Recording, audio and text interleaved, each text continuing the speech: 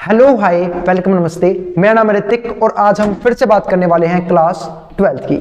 Class 12 में शुरू करवाया था एप्लीकेशंस ऑफ डेरिवेटिव चैप्टर और ये उसी सीरीज में हमारी अगली वीडियो है जहां पे हमने कंसेप्ट करवा रहे थे टेंजेंट नॉर्मल के बारे में। ठीक है, तो भाई जिन्होंने अब तक टेंजेंट नॉर्मल कंसेप्ट ना देखा हो पहले आप कंसेप्ट देख लेना, वरना आपको क्वेश्चन समझने में थोड़ी सी दिक्कत आ सकती है। वैसे वो भी मैं आने नहीं दूंगा पर फिर भी देख लेना कंसेप्ट वाली वीडियो, कंसेप्ट इंपॉर्टेंट है। अब शुरू करते हैं फिर क्वेश्चन नंबर 13 से। क्वेश्चन नंबर 12 तक मैं ऑलरेडी करवा चुका हूं यूट्यूब के ऊपर। अब हम शुरू कर रहे हैं 13th क्वेश्चन से। अब 13 क्वेश्चन में है क्या देखते हैं। उसने बोला है फाइंड पॉइंट्स। तो सबसे पहले तो ये समझना होता है हमें निकालना क्या है क्वेश्चन में। तो हमें निकालना क्या है, क्वेश्चन नंबर 13 में पॉइंट निकालने हैं। तो find points on the curve, जो इस कर्व के ऊपर है। तो ठीक है भाई निकाल देंगे, पॉइंट ही तो निकालने हैं। एट विच टेंजेंट आर, पहला केस है पैरेलल टू एक्स एक्सिस, दूसरा केस है पैरेलल टू वाई एक्सिस। तो बहुत बढ़िया। अब देखते हैं कर्व क्या है हमारे पास। कर्व है हमारे पास एक्स स्क्वायर बाई 9 प्लस में वाई स्क्वायर बाई 16 बराबर है 1 के। अब मैं जानता हूं कि टेंजेंट का स्लोप क्या होता है, d y by d x. अब उसने क्या बोला है पहले केस में, बाद में बात करेंगे। क्या मैं इस कर्व से टेंजेंट का स्लोप निकाल सकता हूं? बिल्कुल। क्यों? क्योंकि मैं इस कर्व से d y by d x की वैल्यू निकाल सकता हूं। तो मैं वो निकालने के लिए गया, तो मैंने क्या किया, differentiate with respect to x. Derivative किया मैंने एक्स के रिस्पेक्ट में। तो यहां पे क्या हो जाएगा, एक्स स्क्वायर का एक्स की पावर n वाले फॉर्मूले से 2 उतर के नीचे आ गया, ऊपर एक पावर कम हो गई और नीचे क्या हमारे पास 9 कांस्टेंट था, वो भी डिवाइड में। जब भी कांस्टेंट मल्टीप्लाई में हो या डिवाइड में हो, यूं कहीं रहेंगे। ठीक है, जब तक वो वेरिएबल से अलग नहीं है। ठीक है, तो यूं कहीं रहेंगे, यूं कहीं रह गया यहाँ पे। सेम ऐसे ही वाई स्क्वायर का 2y तो हो जाएगा और अपॉन में 16 तो रहेगा ही, पर मल्टीप्लाई में क्या आएगा, d y by d x. क्यों? क्योंकि y का डेरिवेटिव अपनी मर्जी से जबरदस्ती करवाया गया है x के रिस्पेक्ट में। आई बात समझ में? तो वाई स्क्वायर का 2y तो हो गया इंटू में d y by d x, और 1 का कॉन्स्टेंट है, क्या हो जाएगा, 0। क्या होता है कॉन्स्टेंट डेरिवेटिव? 0। बस ध्यान रखना वो कांस्टेंट डिवाइड या मल्टीप्लाई में नहीं होना चाहिए। जैसे कि इन दोनों केस में था, यूं आ गया, इस केस में 0 हो गया क्योंकि अकेला था बेचारा और अकेला फंस गया तो 0 हो गया। तो भाई अब यहां से निकालो d y by d x की वैल्यू, क्या कुछ सोल्व हो सकता है क्या? बिल्कुल। 2 से 16 गया 8 पे, तो यहां पे क्या रह जाएगा, y by 8 d y by d x. ये पूरा पार्ट वहां से माइनस का हो गया, तो माइनस का 2x बाई में 9। अब क्या मैं यहां से d y by d x निकाल सकता हूं? बिल्कुल निकाल सकता हूं। D y by d x कैसे निकाल सकता हूं? 8 जाएगा मल्टीप्लाई में, तो माइनस 2x और इंटू में 8 कितना, माइनस में 16x, ये आ गया। ये हो जाएगा डिवाइड में, तो कितना आ गया, 9y। ये d y by d x की वैल्यू आ गई। और जब d y by d x की वैल्यू ये है तो इसका मतलब क्या है, ये है हमारा टेंजेंट का स्लोप। क्योंकि जैसे ही हम कर्व का डेरिवेटिव कर देते हैं x के रिस्पेक्ट में, स्लोप ऑफ टेंजेंट मौजूद हो जाता है। ये आ गया स्लोप ऑफ टेंजेंट। अब बात करते हैं पहले केस की। अब पहले केस में क्या था, पैरेलल था एक्स एक्सिस के, और हम जानते हैं कि जब भी हमारी लाइन यानी कि हमारी टेंजेंट या हमारी लाइन कुछ भी बोल सकते हैं, वो पैरेलल है एक्स एक्सिस के, तो उसका स्लोप क्या होगा, 0। यही बताया था मैंने कंसेप्ट वाली वीडियो में। तो हम क्या लिखेंगे, वी नो दैट, कि हम जानते हैं, क्या जानते हैं भैया, if tangent is parallel to x axis then slope is 0। भाई तो भाई अंग्रेजी में लाइन लिख देना पहले तो आराम से कि स्लोप क्या हो जाएगा, 0 हो जाएगा। तो सिंपल सी बात है, इसका मतलब हमारा d y by d x 0 के बराबर आना चाहिए। और d y by d x की वैल्यू कितनी है, ये रही माइनस 16x अपॉन में 9y। उम्मीद सबको दिख रहा होगा, माइनस 16x अपॉन में 9y बराबर रखा मैंने 0 के। ये पूरा वहां जाके 0 हो गया, तो पूरा वहां जाके 0 हो गया। माइनस 16x बराबर आ गया 0 के। x की वैल्यू कितनी आ गई, 0। हमारा x का आंसर आ गया कितना, 0। अब जो हमारे पास x 0 आ चुका है, तो क्या मैं y निकाल सकता हूं? बिल्कुल निकाल सकता हूं। निकाल लो फिर y। अब x 0 आ चुका है, y और निकाल लो। उसके लिए जाना पड़ेगा कर्व में। तो मैंने x की जगह 0 रखा, यहां 0 रखा, तो 0 का स्क्वायर 0, 0 बाई कुछ भी हो 0 हो जाएगा। तो y स्क्वायर अपॉन 16 बराबर आ गया 1 के। इसको यहां भेज दूंगा, तो y स्क्वायर बराबर आ गया हमारे पास 16 के। चूंकि मल्टीप्लाई में जाएगा क्योंकि डिवाइड में है, और जब यहां डिवाइड में है वहां जाके मल्टीप्लाई हो गया, और 1 गुणा में 16 कितना होता है, 16। तो क्या मैं ऐसे y निकाल सकता हूं? बिल्कुल। स्क्वायर वहां जाके रूट बन जाएगा, plus minus under the root 16, यानी कि प्लस माइनस का 4। तो पहले केस में तो कोऑर्डिनेट आ चुके हैं, एक आया है 0 प्लस 4, दूसरा आया है 0 माइनस 4। तो उम्मीद था, आसान था, कोऑर्डिनेट निकाल चुका हूं। अब बात करेंगे हम सेकंड केस की। अब सेकंड केस थोड़ा सा और इंपॉर्टेंट है। वो क्यों भैया? क्योंकि पैरेलल है किसके, वाई एक्सिस के। हम फिर बोलेंगे क्या, वी नो दैट, हम जानते हैं, क्या जानते हैं कि जब इफ टेंजेंट, अगर टेंजेंट जो है वो पैरेलल हो, is parallel to y axis, अगर टेंजेंट वाई एक्सिस के पैरेलल हो तो क्या होता है, जो हमारा डिनोमिनेटर है ना वो जीरो के बराबर होता है, क्योंकि स्लोप हो जाता है not defined, slope is not defined, slope is not defined, slope not defined आएगा। और नॉट डिफाइंड कब आता है, जब नीचे वाला पार्ट जीरो हो जाए, तो बस नीचे वाला पार्ट जीरो हो जाएगा, यानी कि 9y बराबर रख देंगे हम जीरो के, तो y के लिए कितनी आ गई, जीरो। तो समझ गया ना मेरी बात, अगर स्लोप पैरेलल हो x एक्सिस के तो पहला पार्ट जीरो रख देना, वरना नीचे वाला रख देना। तो x के लिए जीरो, y के लिए जीरो आ गई इस केस में, y जीरो रख के आ गई तो हमें x निकालना है, अब यहां पुट कर दो, तो जीरो बाई कुछ भी हो खत्म, x square by 9, x square by 9 बराबर आ जाएगा यहाँ पे किसके, 1 के। समझ में आ गया ना भाई, यहाँ पे जब जीरो रखा मैंने ये, तो जीरो और यहाँ पे क्या है हमारा 16 है, तो जीरो बाई कुछ भी हो खत्म हो गया, तो जीरो का स्क्वायर जीरो हो जाएगा, जीरो का स्क्वायर जीरो हो गया, जीरो बाई कुछ भी हो खत्म, ये वाला पार्ट हट गया पूरी तरीके से। फिर x स्क्वायर बाई 9 बराबर कर दिया मैंने 1 के, 9 को वहां भेज दूंगा, यहाँ पे किसमें है, डिवाइड में, वहां किसमें जाएगा, मल्टीप्लाई में, तो बस x स्क्वायर की वैल्यू आ गई 9, तो यहाँ से x की वैल्यू क्या आएगी, स्क्वायर वहां जाएगा रूट बन जाएगा, यानी कि प्लस माइनस का रूट 9, यानी प्लस माइनस का 3, बस x की वैल्यू आ चुकी है प्लस माइनस का 3।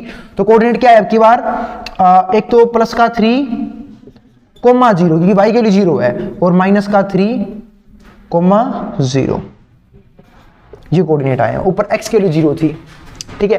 तो उम्मीद है प्लस का 3 कोमा 0 और माइनस 3 कोमा 0, तो पॉइंट निकाल आपने सीख लिया होगा और समझ में आ गया होगा आपको अच्छे से। तो चलो भाई अब हम बात करेंगे अपने अगले सवाल की, और अगला सवाल भी खत्म करके जाएंगे इसी वीडियो में। तो भाई इसको जो भी उतारना है, स्क्रीनशॉट लेना है, वो लिख सकता है मैट्रॉन बोर्ड के सामने से, ठीक है। और भाई कोई भी डाउट रह जाए, कोई भी दिक्कत आता है तो आप कमेंट बॉक्स में कमेंट कर सकते हैं, जिसको जो भी फोटो वोटो खींचना खींच सकता है मैट्रॉन बोर्ड के सामने से। तो चलो भाई शुरू करते हैं क्वेश्चन नंबर 14 के साथ। अब क्वेश्चन नंबर 14 इस वीडियो का हमारा आखिरी सवाल होगा, और दिख भी रहा होगा सवाल है 5-5 पार्ट है। और भाई जब भी मैं एनसीईआरटी क्वेश्चन करवाऊं तो आप क्वेश्चन साथ में लेके बैठा करो।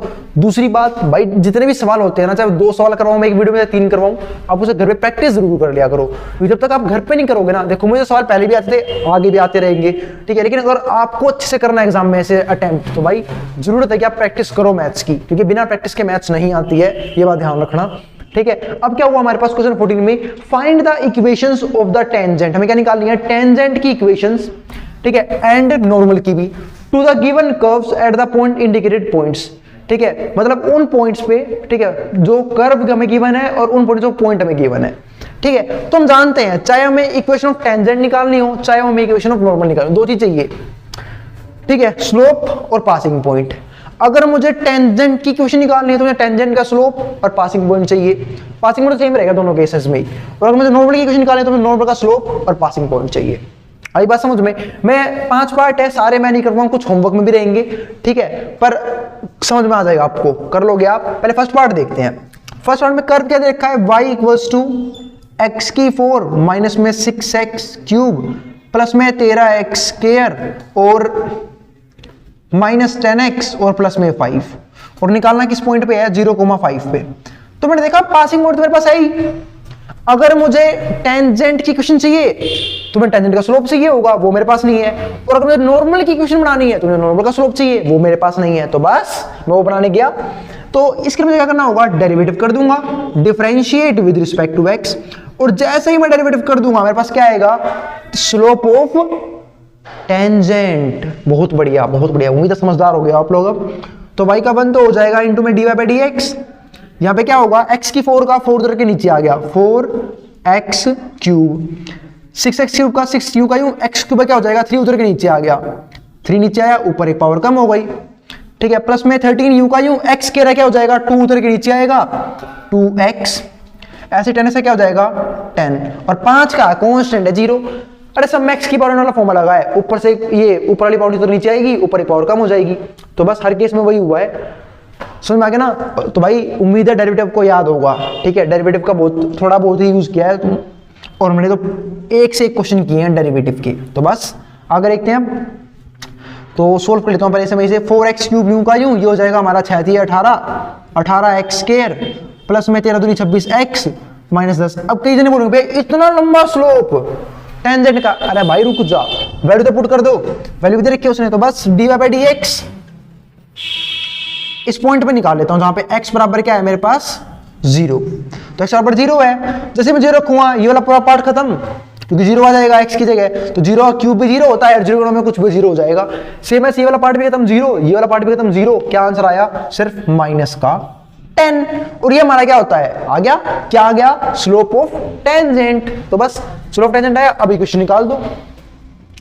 तो ध्यान रखना इस क्वेश्चन में और इस क्वेश्चन में सिर्फ एक बात का फर्क है, वो क्या, पॉइंट्स का।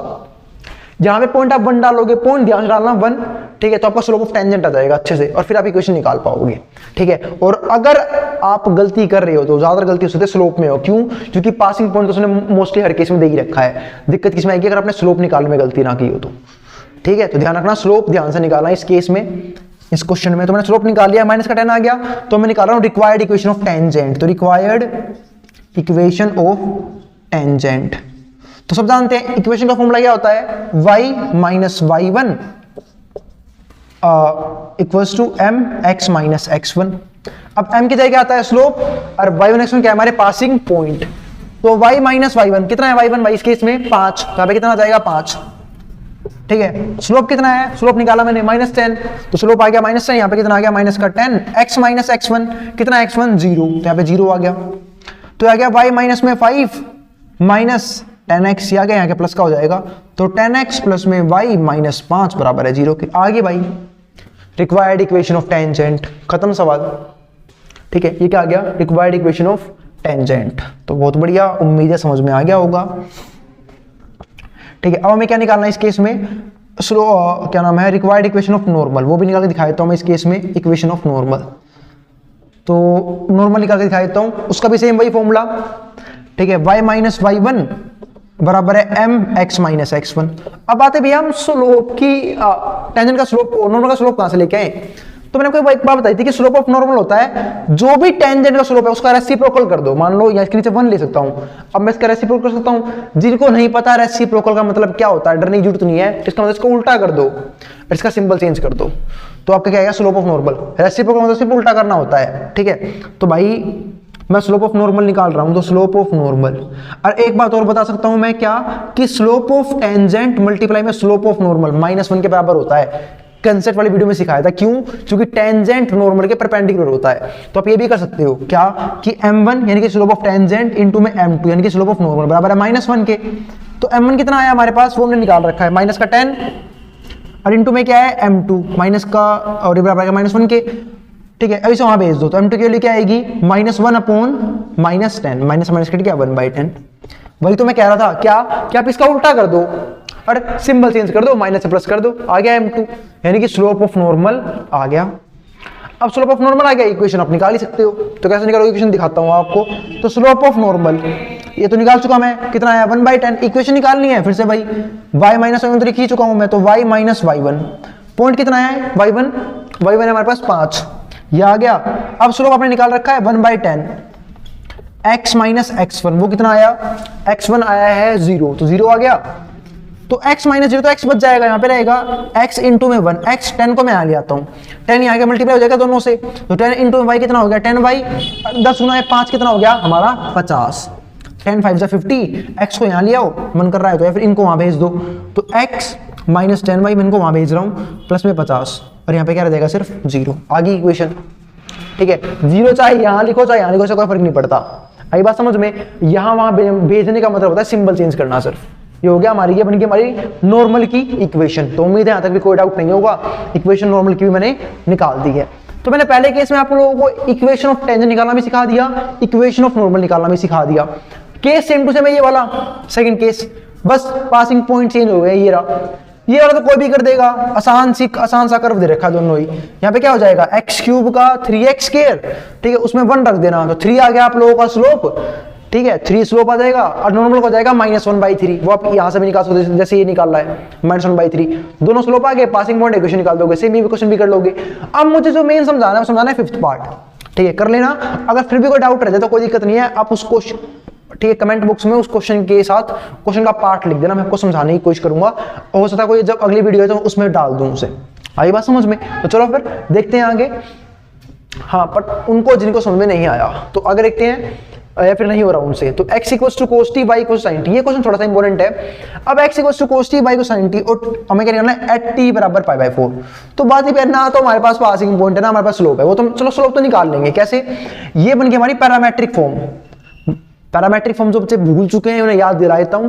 पैरामेट्रिक फॉर्म वो फॉर्म थी जहां पे x और y, ठीक है, डिपेंडेंट हो किसी नए वेरिएबल पे जो है हमारा t, ठीक है, दोनों ही डिपेंडेंट हो किसी नए वेरिएबल t पे। तो हम इसका डेरिवेटिव कर देंगे t के रिस्पेक्ट में, तो क्या आ जाएगा dx by dt। इसका भी कर देंगे t के रिस्पेक्ट में, तो क्या आएगा dy by dt, ठीक है। और फिर इसको डिवाइड कर देंगे इससे, तो क्या आ जाता हमारा dy by dx। जिनको याद नहीं आ रहा याद दिला देता हूं, एक कोने की हेल्प लेता हूं। तो इसका डेरिवेटिव कर रहा हूं मैं x के रिस्पेक्ट में, तो x का क्या हो जाएगा और t के रिस्पेक्ट में, तो क्या हो जाएगा x का 1 तो हो जाएगा इंटू में dx by dt, cos t का क्या हो गया माइनस sin t, ये हो गया। जब ऐसा करूंगा तो y का 1 तो हो जाएगा इंटू में dy by dt, क्यों, क्योंकि y का डेरिवेटिव जबरदस्ती y t के रिस्पेक्ट में sin t या cos t। अब एक काम कर लो, इसे मान लेते हैं फर्स्ट, इसे मान लेते हैं सेकंड, इसको डिवाइड कर दो इससे, तो dy by dt अपॉन में क्या आएगा dx by dt। तो dy by dt कितना है हमारे पास cos t, और ये कितना आ गया हमारा माइनस sin t, ये आ गया dt से dt गया, तो dy by dx की वैल्यू आ गई है, और cos sin कितना cot, तो dy by dx हमारे पास कितना आ गया माइनस cot t, है ना। कोस में साइन क्या होता है कोट होता है, तो माइनस कोट टी। अब टी वैल्यू पुट कर दो कितना है 45, तो 45 रखूंगा और कोट 45 होता है हमारा 1। तो d y by d x की वैल्यू कितनी आ गई यार भाई, जिनको ट्रिग्नोमेट्री याद नहीं है वो याद कर लो, 11वीं के सारे फॉर्मूले। कितना आ गया माइनस का 1, ये आ गया हमारे पास d y by d x की वैल्यू कितनी आई है माइनस का 1। यहां तक कोई भी डाउट नहीं होगा, d y by d x हमारा -1 आ चुका है, ठीक है। उम्मीद है आपको समझ में आ गया होगा, ठीक है, कि d y by d x -1 कैसे आया। ये आ गया मेरा slope of tangent. Slope of normal क्या होगा, यहां पुट कर देना -1, ये वहां जाएगा प्लस का 1 हो जाएगा, ठीक है, तो वहां जाएगा स्लोप ऑफ नॉर्मल। अब बात करते हैं पासिंग पॉइंट, किसी को वो समझ नहीं आ रहा, बहुत सारा भाई तुम देख रहे हैं एक्स और वाई कहां पे के लिए, यहां के लिए है, तो बस पुट करो ना यहाँ 45। जब यहाँ cos 45 रखूंगा तो cos 45 होती है 1/√2, cos 45 होता है हमारा 1/√2, तो x की वैल्यू कितनी आ गई 1/√2। सेम ऐसे sin 45 कितना होता है 1/√2, आ गया x और y की वैल्यू, खत्म। पासिंग पॉइंट आ गए, स्लोप मैंने खुद निकाल के दिखा दिया, अब तो आप आराम से इक्वेशन निकाल सकते हो। फिर भी कोई डाउट रह जाए तो क्वेश्चन नीचे पार्ट लिख के छोड़ देना, मैं जब नेक्स्ट वीडियो बनाऊंगा ना टेंजेंट नॉर्मल के ऊपर या फिर इंपॉर्टेंट क्वेश्चन जो सीरीज बनाऊंगा उसमें करवा दूंगा।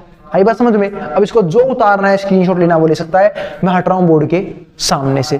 और भाई मैं टाइम स्टैम्प्स भी डालने मैंने शुरू कर दिए हैं वीडियोस में, तो अगर आपको कोई सा क्वेश्चन कोई स्पेसिफिक क्वेश्चन ही देखना हो तो आप डायरेक्टली मेरे डिस्क्रिप्शन में जाना, वहां पे टाइम स्टैम्प्स भी लगाने शुरू कर दिए हैं। अब वहां जाकर उस क्वेश्चन के टाइम स्टैम्प पे क्लिक करोगे आपके सामने क्वेश्चन खुल के आ जाएगा। तो मिलेंगे भाई अगली वीडियो में, इसको जो उतारना है वो उतार सकता है। तो उम्मीद है आपको वीडियो समझ में आ गई होगी, क्वेश्चन समझ में आ गए होंगे, ठीक है। तो अगर भाई कोई भी दिक्कत हो कोई भी सजेशन हो तो आप कमेंट बॉक्स में कमेंट कर सकते हैं, और अगर वीडियो पसंद आई तो वीडियो को लाइक करना, उस चैनल को सब्सक्राइब करना बिल्कुल ना भूलें। मिलते हैं फिर अगली वीडियो में, इसको जो उतारना है वो उतार सकता है।